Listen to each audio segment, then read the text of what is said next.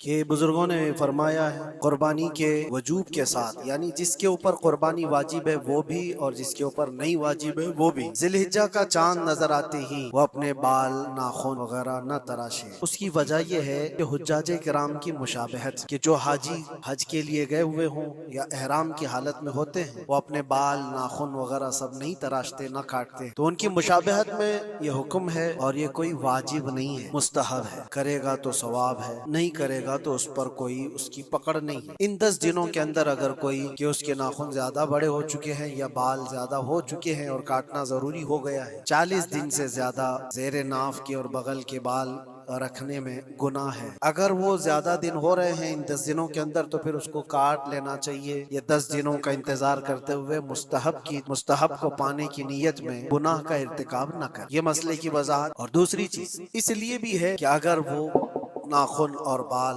کاٹے بغیر 10 دن تک انتظار کرتا رہا تو اچھوں کی مشابہت کرنے کا بھی ثواب ہوتا۔ اور دوسری چیز یہ، قربانی کرنے کے بعد جو گوشت ہے، بہت سارے لوگوں کے ذہن و دماغ میں یہ بھی ہوتا ہے کہ اس کو خود کھا سکتا ہے کہ نہیں کھا سکتا ہے، اس کو کیا کرنا چاہیے۔ مستحب طریقہ یہ بتایا گیا ہے کہ اس میں 3 حصے کرے، اپنے لیے ایک حصہ رکھے، اپنے رشتہ داروں کے لیے، عزیز و اقارب کے لیے ایک حصہ اور ایک حصہ غربا اور مساکین کو تقسیم کرنے کے۔ لیکن یہ بھی مستحب ہے، اس میں واجب نہیں ہے۔ چاہے تو پورا حصہ کھا سکتا ہے اکیلا، چاہے تو پورا حصہ بانٹ بھی سکتا ہے، یہ بھی واجب نہیں ہے۔ اپنی قربانی کا گوشت چاہے تو پورا استعمال کر سکتا ہے، چاہے تو پورا بانٹ بھی سکتا ہے، چاہے تو تھوڑا رکھ کر تھوڑا بانٹ بھی سکتا ہے، سارے اس کے لیے جائز ہے، وہ قربانی کا مالک ہے۔ اسی وجہ سے کسی کو قربانی کا اپنے وکیل بنا دیا، کسی دوسری جگہ پر اس سے کہہ دیا کہ میری قربانی کرو اور گوشت بھی وہیں تقسیم کر دو، کوئی حرج نہیں، جائز ہے، قربانی آپ کی ادا ہو جائے گی۔ مسئلے کی وضاحت بھی آپ کے لیے ضروری۔ اور ایک چیز،